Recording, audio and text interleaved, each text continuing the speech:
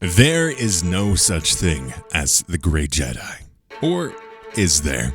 Legends has some things to say and canon has something else. Welcome to Star Wars Uplink.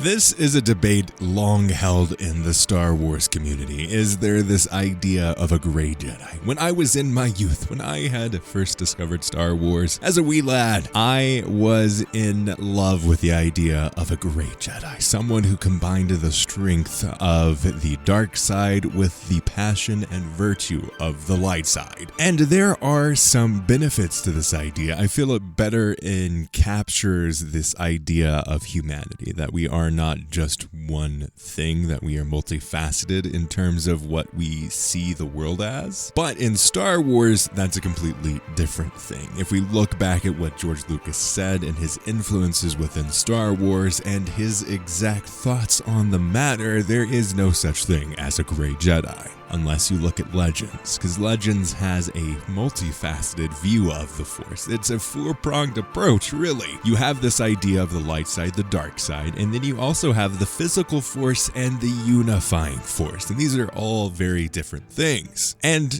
surprise, surprise, they have one thing in common, and that's Emperor Palpatine. Emperor Palpatine was somehow involved in way more than we ever thought was possible by one man.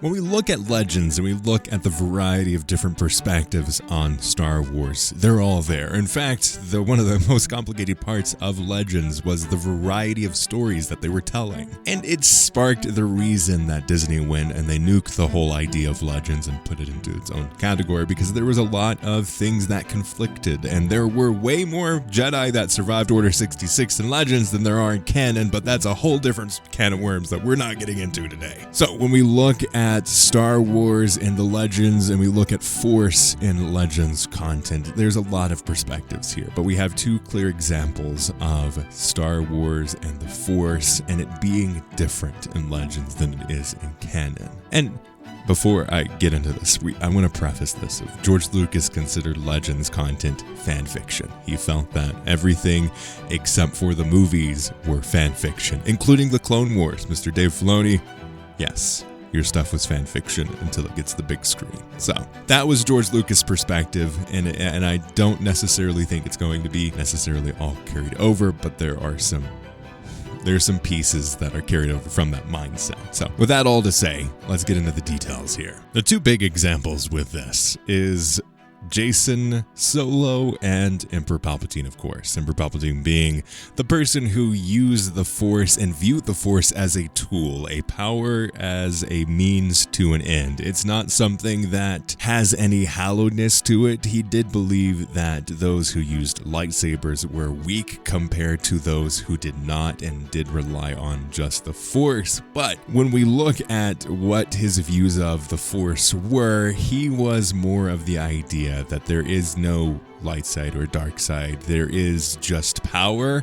And those too weak to wield it was kind of his thing here. And if we look at the unifying Force and the physical Force is pretty self-explanatory. It is the ability to move things with your mind. It's what we see as the physical embodiment of the Force. It's, I'm going to use my brain to move this teacup over here. Like, that is the physical version of the Force. And the unifying version of the Force, the unifying Force itself, was something that was a power. And what you put into it is what you got out of it, was the perspective that people had when you look at Palpatine and his views of the Force. And then if you look at Baylan Skoll, it's more like that. It's more of the true neutral version of this.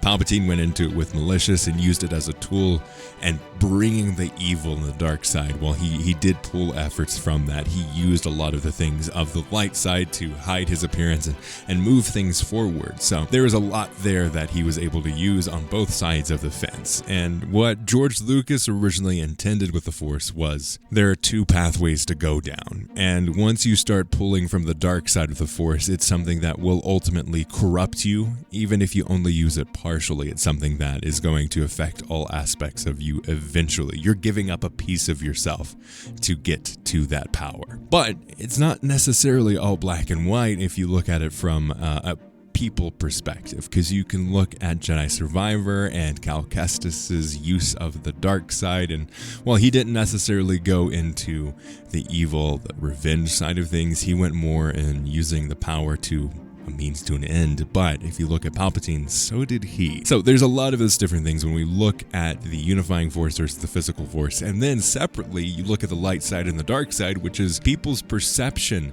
of these pieces of the force. And then I think to counteract both of these viewpoints, you have Mace Windu, and that's where things get interesting. Mace Windu is really fascinating because he is so good light side that he's almost flipped around all the way in a circle to go towards the dark side. Like, his fighting stance is one typically used by the Sith. It's very aggressive, but he utilizes it in a way of this righteous anger that he pulls from. So yes, there is some power behind it, and it's pulling from a similar location of like the others, the dark side itself. But he is so light side. There's no way that dude's ever going anything but light side. So that's where things get interesting, because you have these examples of like this true evil or true good people.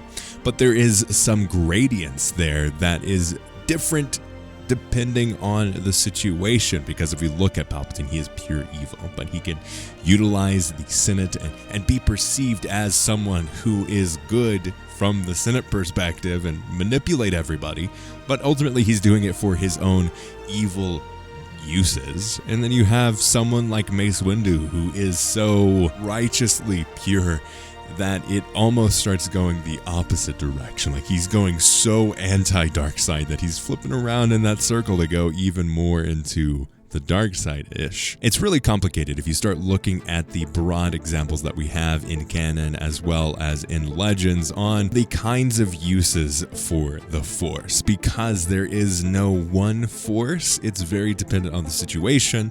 And now, as we're seeing it, that Dave Filoni believes that everyone can use the Force, and there's this even more unifying of this belief that you don't necessarily have to be incredibly sensitive to the Force to be able to wield it. And I think that's interesting on one hand, but also think it takes away from this idea that George Lucas had originally, but it also adds to the idea that was in Legends originally of the unifying Force, that takes from what George Lucas had set up of this thing that binded all of us together, that we all have a piece of the Force within us. It's just really complicated right now, and there is a lot of like, it's the Force. And just to bring up the quote from Han Solo, that's not how the Force works. I feel like we are getting an example of some ways that things are getting pushed a little too far in certain directions, but I'm not sure how, because we have so many examples of so many different things when it comes to the Force. So let me know your thoughts in the comments below on this idea of the Force and Grey Jedi. After doing the research, I don't think there can be such a thing as a Grey Jedi, but I do think a singular person can utilize different aspects of the Force, but in each of those instances, they are one or the other. So let me know your thoughts in the comments below. Check out our podcast, and may the Force be with you.